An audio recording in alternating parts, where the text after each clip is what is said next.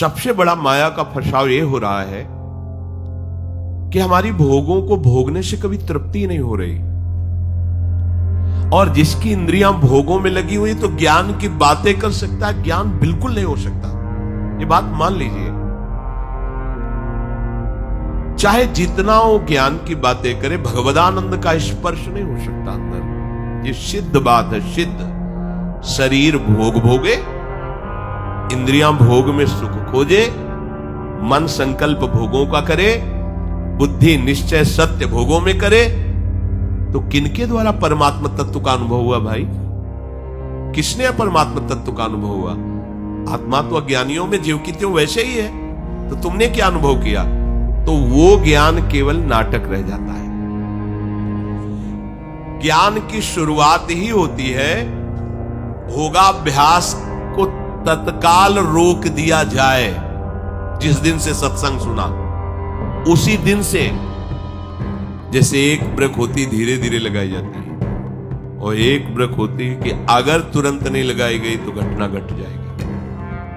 इसी जन्म में अगर ज्ञान प्राप्त करना भगवत प्राप्ति, तो अभी वो ब्रेक की जरूरत है, तुरंत।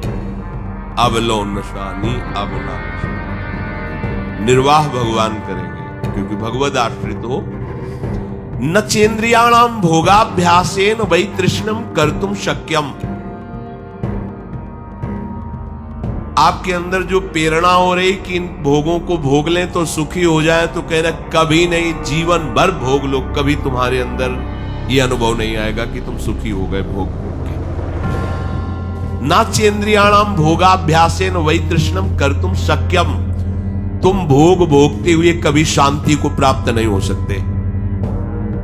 भगवान ने त्यागात् शांति अनंतरम, त्याग के अनंतर शांति मिलती, नहीं तो लिख देते भोगात् शांति अनंतरम, भोग भोगो शांति प्राप्त हो जाएगी।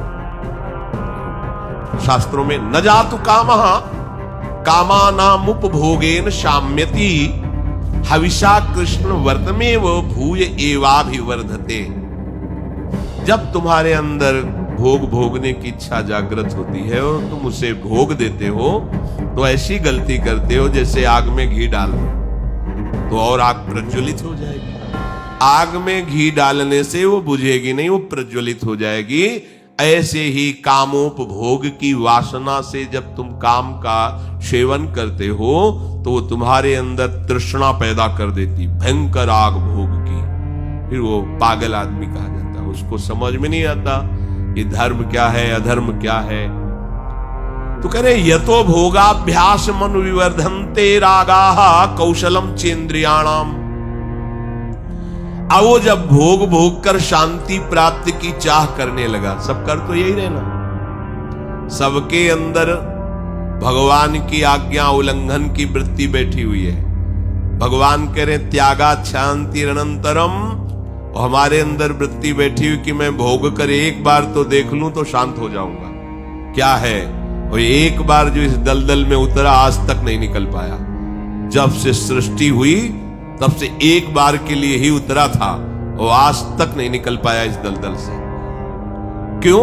बोले यतो भोगाभ्यास मनु विवर्धन्ते रागाः कौशलम चेन्द्रियाणाम।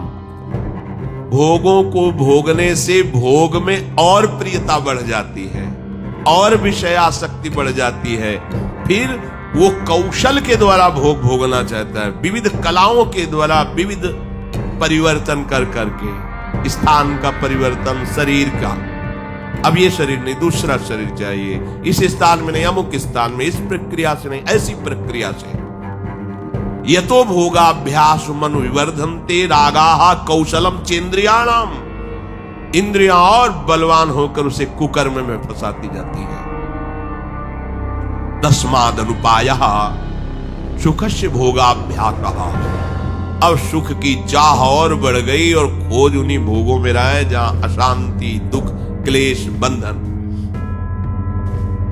विषय चुगा जिन चुगे मन चुगत कछुक सुख होए, फिर फांसी ऐसी लगे देशम दुख। ऐसा फंस जाओगे कि निकलना भी चाहोगे तो नहीं निकल पाओगे। ये देख लेना, और देख ही रहे हो अधर्म के द्वारा भोगों को भोगोगे तो निकलना भी चाहोगे कि आज से नहीं करूंगा तो नहीं निकलने दिया जाएगा। ये माया तुम्हें रौंद देगी, भयभीत कर देगी कि अगर ये शब्द भी निकाला कि आज से नहीं तो हम अभी इसी क्षण, भयभीत हो जाओगे, तुम्हारी ताकत नहीं। बोले हुआ क्या? सा खलवयम वृश्चिक विषभीत इवासी विशेष दष्टो या सुखारसी विषयानुवासितो महति दुख पंके निमग्न इति। जैसे कोई बीछी के डंक से बचने के लिए सांप के बिल में हाथ डाल दे, ऐसी गलती हो गई। बीछी का जो डंक का जहर है वो मारेगा नहीं आपको, पीड़ा देगा, लेकिन सांप का जो जहर है वो मार देगा। तो बोले जो मन में काम ने जलन पैदा की वो मारेगा नहीं आपको, थोड़ा पीड़ा देगा, इसके बाद शांत हो जाएगा। और आपने यदि भोगाभ्यास में उतार दिया तो मार देगा। जैसे बीछी के डंक के कष्ट से बचने के लिए कोई सांप के बिल में हाथ डाल दे और वहां कोबरा उसे डस ले, ऐसे ही काम की पीड़ा को, काम के वेग को ना सह सकने के कारण वो काम भोग में उतर गया। तो कह रहे हैं विषयानुवासितो महति दुख पंके निमग्न इति। महान दुख में फंस गया, परिणाम में पता चलेगा, अभी उसे पता नहीं चलेगा परिणाम में। इसलिए ज्ञान ब्रह्मबोध प्राप्त करना बहुत कठिन है, क्योंकि बिना निष्काम हुए आप आगे नहीं बढ़ सकते। तो बहुत सरल उपाय है, चाहे जो हो, जहां हो, जैसे भी हो, आप सबसे श्रेष्ठ भगवान के प्रिय बन जाएंगे। और आपको इसमें इस तरह की कोई विशेष कष्टमयी साधना भी नहीं करनी पड़ेगी। श्रीमद् भागवत में कहते हैं अहो बत स्वपचितो गरीयान यज्जिह्वाग्रे वर्तते नाम तुभ्यम। ध्यान दीजिए, ते पुस्तपस्ते जुहुः शश्नुरार्या ब्रह्मानुचूर्णाम गृह्णन्ति एते। जिसके जिह्वा में राधा राधा राधा, श्री हरि राधा, राधा कृष्ण, राधा वल्लभ, राधे श्याम, या जो राम कृष्ण हरि शिव नाम जो तुम्हारे गुरुजी ने दिया, या जो तुम्हें प्रिय लगे, मन से नहीं कह रहे, यज्जिह्वाग्रे वर्तते नाम तुभ्यम। जिसकी जीव के अग्रभाग में ऐसा स्वभाव बन गया है, चल रहा है, नाम जप करे। बोले अहो बत स्वपचतो गरीयान। यद्यपि वो स्वपच है, फिर भी गरीयान वो सबसे श्रेष्ठ है। हरिराम व्यास जी ने कहा कि रैदास जी की चरण धूल के सामने करोड़ों ब्राह्मण नहीं है, क्योंकि उनकी जिह्वा में निरंतर हरि का नाम विराजमान है। इसीलिए यहां ब्रजवासी सब ब्रह्मा से भी परम पवित्र और श्रेष्ठ माने गए हैं। व्यास मिठाई विप्र की तामे लगे आग, वृंदावन की स्वपच की जूठन खाइए मांग। ये बड़े मस्त है ब्रजवासी।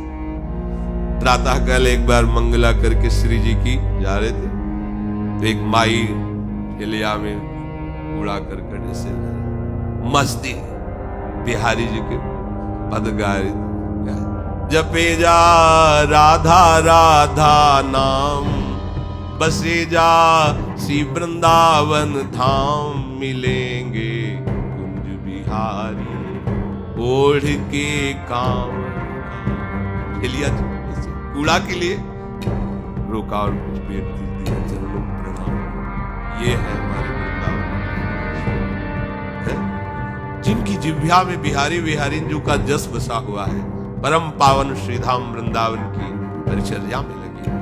तो व्यास मिठाई विप्र की तामे लगे आग, वृंदावन के स्वपच की जूठन खाइए मांग, क्योंकि ये हरि प्रेम प्रदान करता है। किसी की सामर्थ्य नहीं कि संतों के माथे पे हाथ रखे, एक ब्रजवासी का छोरा छोटा सा हो, उसके पैर छो, कोई भी हो ऐसे लबा के हाथ, जा बाबा। और उसको जब प्रणाम किया ना भैया, लाडली जी कृपा करें, हृदय निहाल हो गए। ये आशीर्वाद कौन दे सकता? देखो बरसाले के गोसाई पर चरण छुओ, सीधे लाडली जू से ऐसे हाथ करके बात करते हैं। लाडली जू, आपको विश्वास नहीं? अगर विश्वास कर लो तो लाडली जू उनके कर कमल से सेवित है, वो जो कह रहे हैं वही लाडली जू करेंगी। भोरी सरकार है, पर हमें मनिलता मन की होने के कारण इन सब भाव पर विश्वास नहीं रहता। कह रहे कोई भी तपस्वी उसकी समानता नहीं कर सकता। जिसकी जिह्वा के अग्रभाग पर उसने सारी तपस्याएं कर ली, सारे तीर्थ स्नान कर लिए, भागने की जरूरत नहीं, राधा राधा बोलो। सारे तीर्थ स्नानों का फल तुम्हें उसी क्षण मिल जाएगा, तुम्हारी जिह्वा के अग्रभाग पर श्री हरि का नाम, प्रियाजू का नाम बिरा। सारे वेदों का अध्ययन कर लिया, अब उससे कुछ अध्ययन करने की जरूरत नहीं है। जो बड़ी बड़ी तपस्याओं से, तीर्थयाटन से, वेदाध्ययन से, यज्ञ आदि से गति मिलना दुर्लभ है, वो तुम्हें नाम से प्राप्त हो जाए। कौन हो, कहां हो, कैसे हो, कोई प्रश्न नहीं। जैसे हो, जिस परिस्थिति में, जिस विषय में फंसे हो, वहीं से तुम्हें नाम उठा के महात्मा बना देगा, तुम्हें धनवान बना देगा, यशस्वी बना देगा। तुम तेज से संपन्न हो जाओगे। नाम का तेज, भगवान नाम का तेज है, प्रताप है भगवान नाम का। एक बार नाम आप बसा के तो देखो हृदय में, जोर से आलाप लोगे नाम का, प्रकृति का परिवर्तन हो जाए। अरे स्वामी का नाम है, सुमीर पवन सुत पावन नामू अपने बस करी राखे। जपहि नाम जन आरत भारी, मिटहि कुसंकट होय सुखारी। इदम ही पुंसस् तपसः श्रुतस्य वा, सृष्टस्य सूक्तस्य च बुद्धिदत्तयोः। अविच्युतोऽर्थः कविभिर्निरूपितो, यदुत्तम श्लोक गुणानुवर्णनम। बड़े बड़े वेदनिष्ठ ब्रह्म ऋषियों ने निश्चय किया है कि भगवान के नाम का निरंतर जप, गुण कीर्तन, इससे बड़ा कोई तप नहीं है, कोई वेदाध्ययन नहीं, कोई यज्ञ नहीं, कोई ज्ञान या कोई दान इससे बढ़कर के नहीं है। बस प्रभु के नाम में तुम्हारी प्रीति हो जाए। कलिम सभाजयन्त्यार्या गुणज्ञाः सारभागिनः, यत्र संकीर्तने नैव सर्वः स्वार्थो भी लभ्यते। न हृतः परमो लाभो देहिनां भ्राम्यतामिहि, यतो विन्देत परमां शांतिं नश्यति संस्कृतिः।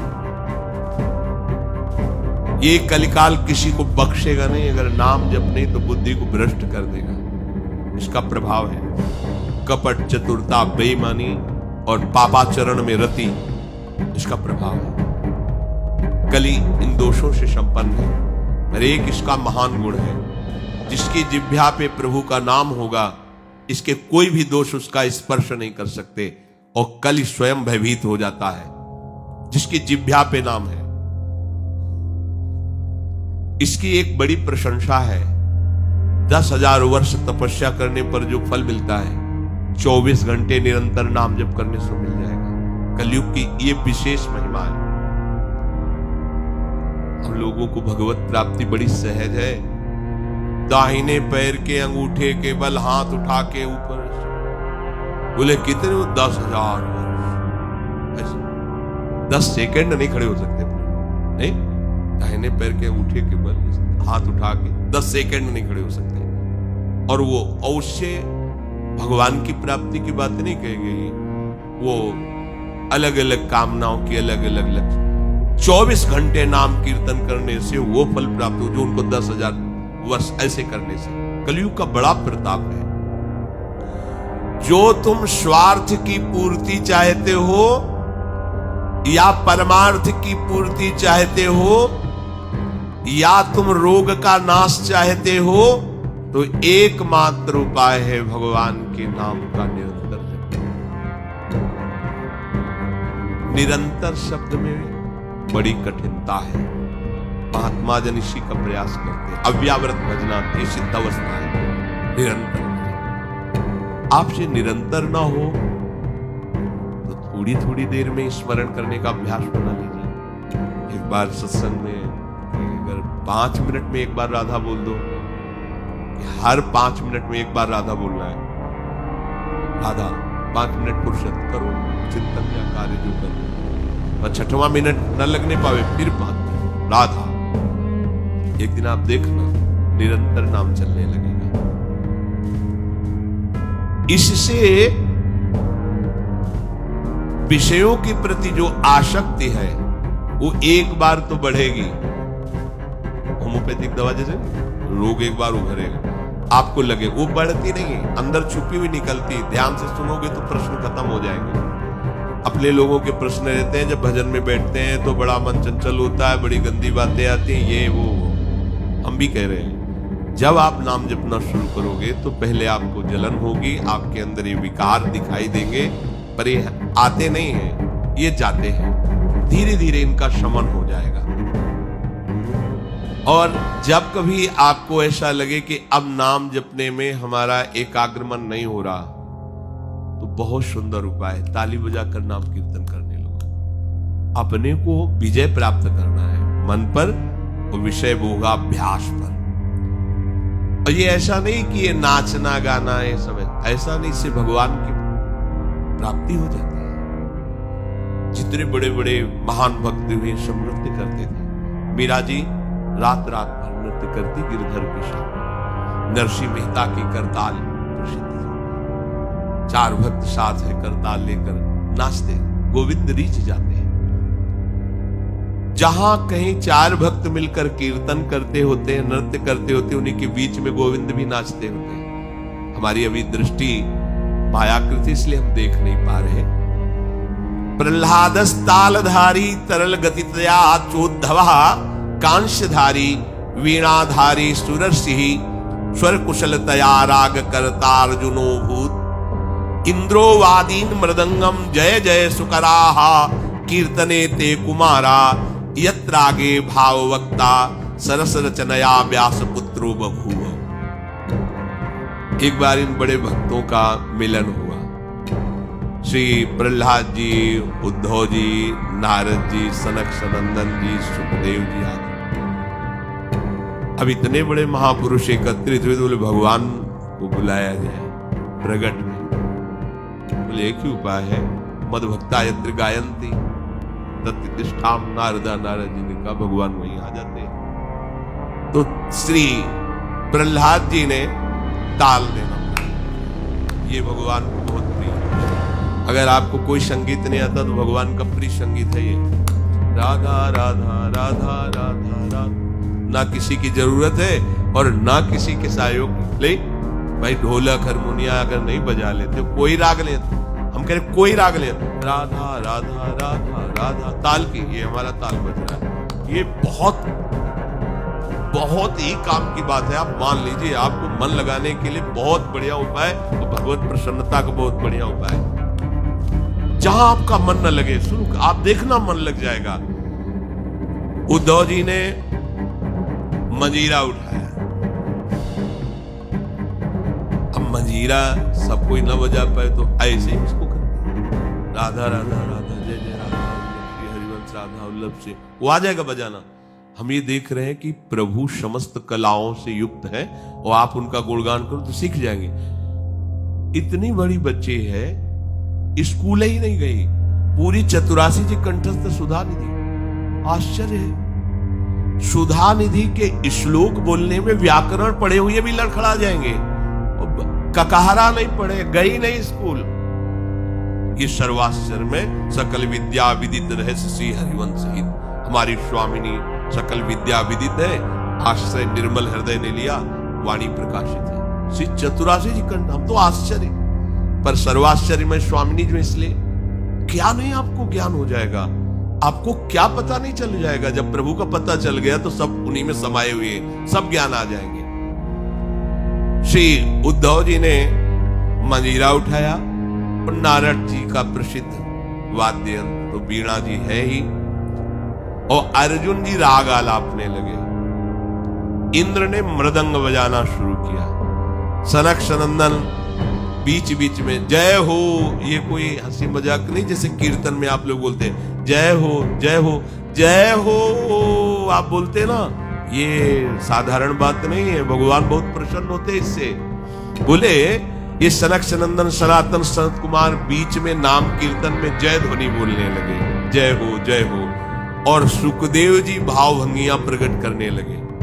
जीव ही एक कीर्तन और नृत्य हुआ तो बीच में देखा प्रभु प्रकाशित हुआ। तासा मावीर भूत छोरी स्मयमान मुखान का पीतांबर धरासक भी साक्षात। और वो भी कोई खड़े ले हुए, वो भी तो नटवर नागर है, सकल कलाओं में प्रवीण। तो प्रभु नृत्य कर रहे, भक्त जन आसपास मृदंग में। कैसा आनंद! ये जो आनंद आपको आता है, तो आनंद कौन है जानते हो? श्री कृष्ण सच्चिदानंद रूपाय। उनका रूप क्या है? आनंद। आपके हृदय में उनका, सबके हृदय में भगवान आ रहे हैं। बोले हमारा अनुभव नहीं हो रहा, मलिन यंत्र है, यही करते रहो। थोड़ा आनंद आया ना, अब पूरा आनंद आ जाएगा। और जिस दिन पूरा आनंद आया, उस दिन से फिर तुम्हें कोई घसीट नहीं पाएगा। माया का जो आकर्षण है। भगवद आदि पुरुषस्य नारायणस्य नामोच्चारण मात्रे निर्धूत कलिर्भवति। जो प्रभु श्री हरि का नाम उच्चारण मात्र करता रहता है, कोई भी कलयुग का दोष उसके अंदर। कलयुग बड़ा सूक्ष्म विषय है। देखो, गर्भ में ही जिनको भगवान का साक्षात्कार हो गया था, वो परीक्षित महाराज, देखा कि एक जो शूद्रवत आचरण करने वाला पैर से मार रहा है, डंडों से मार रहा है, पैर बीच बीच में लात। ये ध्यान रखो, किसी को भी पैर से कभी, सब में श्री भगवान है, कभी ऐसा दंड विधान किसी के लिए हो जैसा, पर ऐसे सहज में किसी को अपने पैर न लगे। अपने लोगों का परमार्थ है ना, कोई अगर लेटा हुआ है तो उसे नांगने की जरूरत नहीं, घूम के भले चले जाओ, उससे प्रार्थना करो कि आप पैर हटा लीजिए।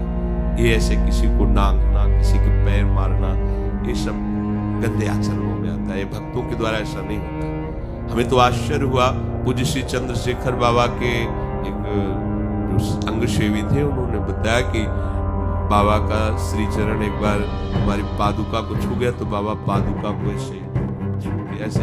हम कहा अरे बाबा हम मर गए, ये क्या हमारी पादुका? बोले तुम थोड़ी हो, तुम तो हरि के शरणागत वैष्णव हो गए। अब वैष्णव की पादुका पूज्य होती है, उसमें पैर कैसे? बाबा की वो शिष्य है और बाबा उनकी पादुका को, ये है भाव, वैष्णव भाव, ये भगवत भाव। हम गुरु हैं, चेले का तो ऐसा नहीं, पूज्य हो गया, वो भगवान का दास हो गया। हम तो पोस्टमैन हैं, हमें जो मिला वो इधर दे दिया, लेकिन वो वही है, उसको उसी भाव से देखे कि भगवान का निजजन, भगवान का भक्त है। लात से मार रहा था, डंडों से मार रहा था। और रुक जा, हमारे राज्य में कोई हमारे ऐसे धर्मयुक्त पशुओं को दंड दे और मेरा भय न हो, ऐसा कौन पैदा हो गया? नजदीक गए तो जब देखा कलयुग ने कि ये तो प्रचंड काल रूप है, भगवत भक्ति से संपन्न थे, तुरंत उसने आग उतारी, महाराज रक्षा कीजिए, और मुझे भगवान ने ही सेवा दी, अब मेरा समय आ गया, अब मैं राज्य करूंगा। तेरा समय, कलयुग, जी हाँ।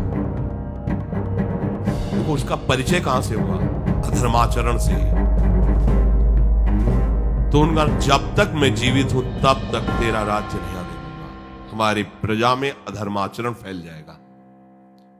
तो उनका आपको कुछ न कुछ तो स्थान देना ही होगा हमारे लिए, कि आप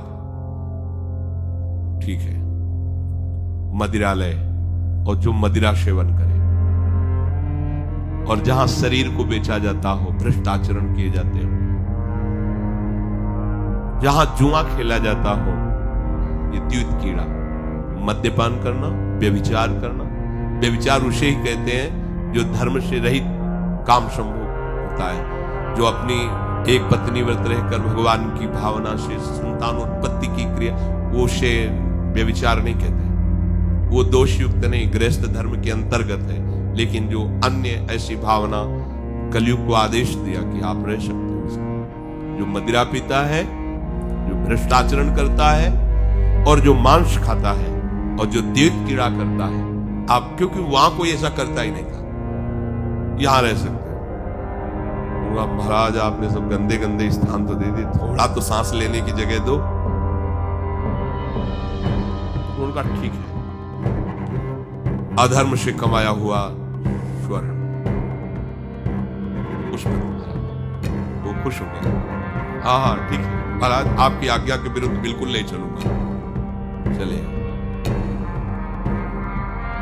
जरासंध का जब वध हुआ था तो उसका मुकुट जो था विजय में, विजय तो भीम ने ही तो भगवान की प्रेरणा से, तो अब ये उन्हीं के तो वंश में ना,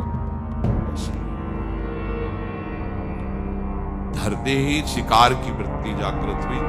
जंगल में गए, शिकार को मिला नहीं, प्यास से व्याकुल हो गए। एक महात्मा समाधि में बैठे हुए थे, उनके आश्रम में प्रवेश किया। महात्माओं के आश्रम में प्रवेश करने की मर्यादा होती है। बाघ, अस्त्र शस्त्र, अपना पद का भाव ये बाहर ही रख देना चाहिए, क्योंकि यहां सर्व लोग महेश्वर भगवान के चिंतन में लगे हुए हैं और विश्वास रखे कभी अमंगल नहीं हो सकता।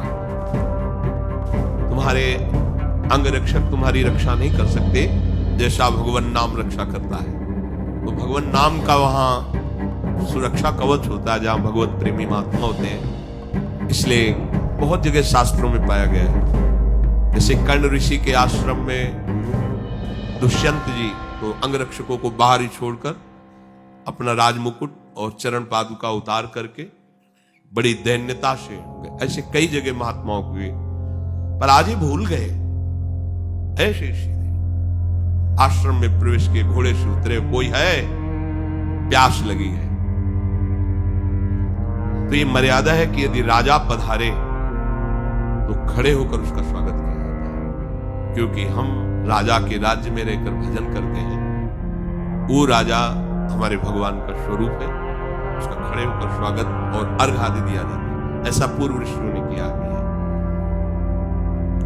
अब वो समाधिस्थ में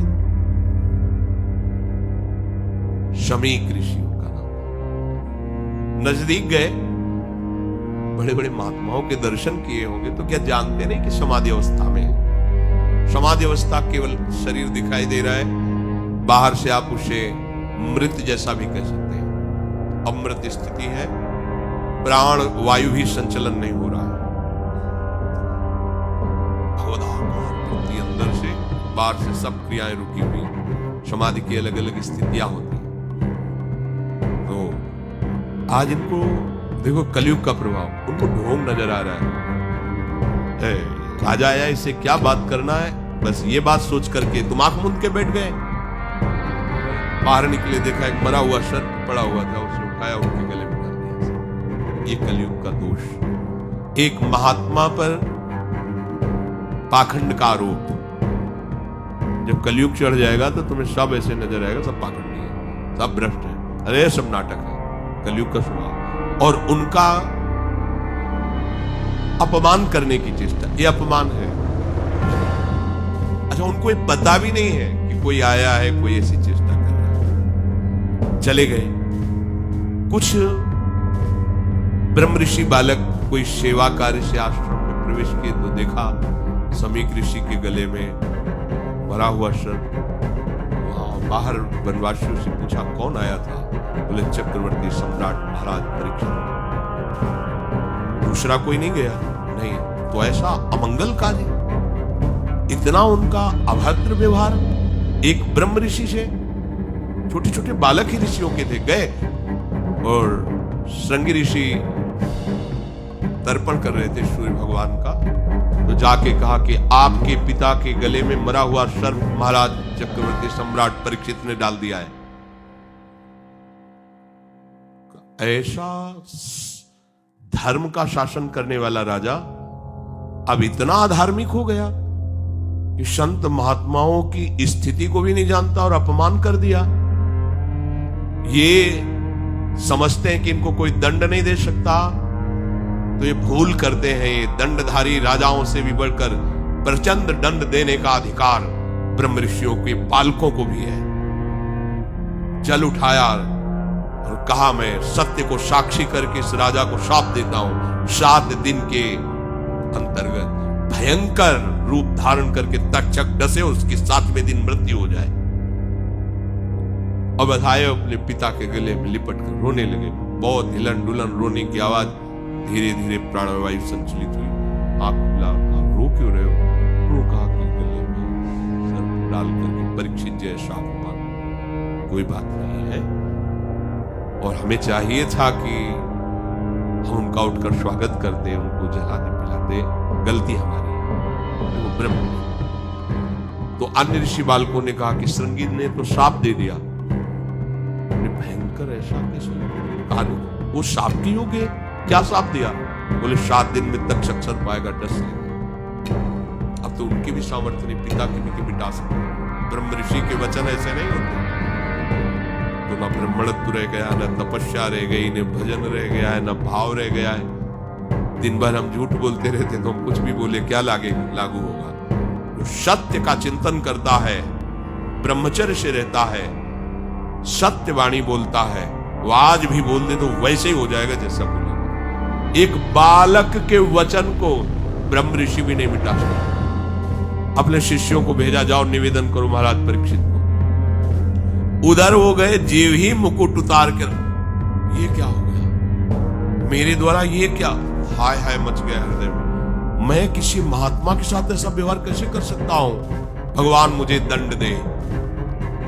ये है धर्मात्मा का, भगवान मुझे दंड दे, बिल्कुल क्षमा न करे। इतने में ऋषि के शिष्य पहुंच जाते हैं और कहा, महाराज आपको एक सूचना है, बड़ी अशुभ सूचना है। आपके द्वारा जो कृत्य हुआ उसका दंड विधान श्रृंगी ऋषि ने कर दिया है। आज के 7वें दिन तक्षक सर्प आपको डसेगा, आप अपना उपाय कर लीजिए। कल्याण का, बचने का तो कोई उपाय ही नहीं है। बहुत प्रसन्न हुए, जैसे किसी ने उनको महासुख दे दिया। ये है भगवान के आश्रित, कोई भी साप ताप भय नहीं प्रदान कर सकता। प्रसन्न हुए, मैं तो मांग ही रहा था कोई दंड मिले। बहुत अच्छा हुआ। जन्मेजय को बुलाया, उसी क्षण रात दिया, वो गंगा किनारे जा करके बस आमरण अनशन व्रत, एक बूंद पानी भी नहीं पीऊंगा। और कैसे भगवत प्राप्ति हो 7 दिन में चिंता नहीं कर रहे थे। बड़े बड़े संत महात्माओं ने जब साप की बात सुनी, सब आ गए गंगा किनारे। उसमें भगवान व्यासदेव जी, वशिष्ठ जी, बड़े बड़े महापुरुष नामी सब आ गए। सबसे पूछा, 7 दिन में निश्चित भगवत प्राप्ति हो जाए, आप सब हमें ऐसा उपाय बताइए।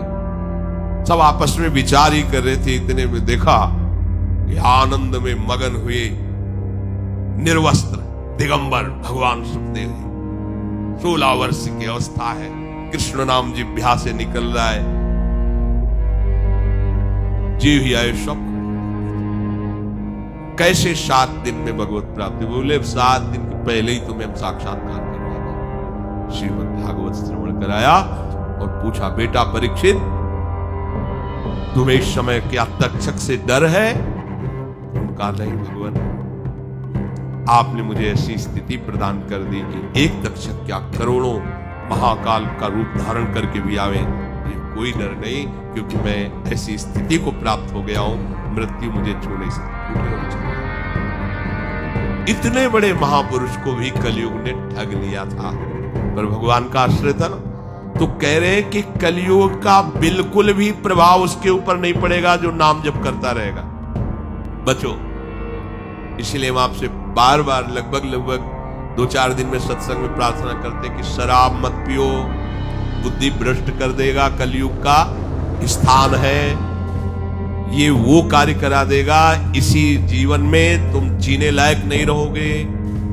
पराई बहन बेटियों के साथ व्यभिचार की प्रवृत्ति बिल्कुल मन में मत रखो, कलयुग का स्थान तुम्हें नष्ट कर देगा, दुर्गति हो जाएगी। ये जुआ खेलना, मटका और शेयर बाजार आदि के जुआ, ये सब जुआ के अंतर्गत आते हैं। बचिए, घर बैठे इतने लगा देंगे, इतने आ जाएंगे, और जब उतने सब चले जाएंगे तब बेईमानी सुहाएगी, गंदे आचरण सुहाएंगे, चिंता में बैठ जाओगे, कोई भजन साधन नहीं बनेगा।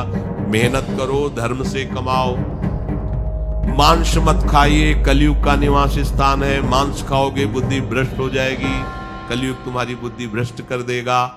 किसी के धन की चोरी मत कीजिए, संपत्ति का किसी भी तरह से अगर चोरी से लाए तो परिवार को नष्ट करने वाली चेष्टा हो जाएगी, अपने हाथ से अपने परिवार को नष्ट कर दोगे, देख लेना। ऐसी बुद्धि भ्रष्ट होगी कि जो तुम्हारे परिवार को ही तुम्हारे आचरण दुखदायी बन जाएंगे, जिनके सुख के लिए तुमने चोरी की थी। ये कलयुग के स्थान है। अगर कलयुग के प्रभाव से बचना है, निर्धूत कलिर्भवति, बोले भगवद आदि पुरुषस्य नारायणस्य नामोच्चारण मात्रेण। नाम बहुत बढ़िया अंग रक्षक है, कोई भी आपको दोष युक्त नहीं कर पाएगा यदि नाम चल रहा है। और अगर हमारे दोष जमा है, देखो हम बार बार प्रश्न करते हैं, हमें सुख मिले, हमारी विपत्ति कैसे हटे, हम चाहते हैं कि ये काम बन जाए, वो काम क्यों नहीं बन रहा? क्योंकि तुम्हारे पाप जमा है। खुली बात है।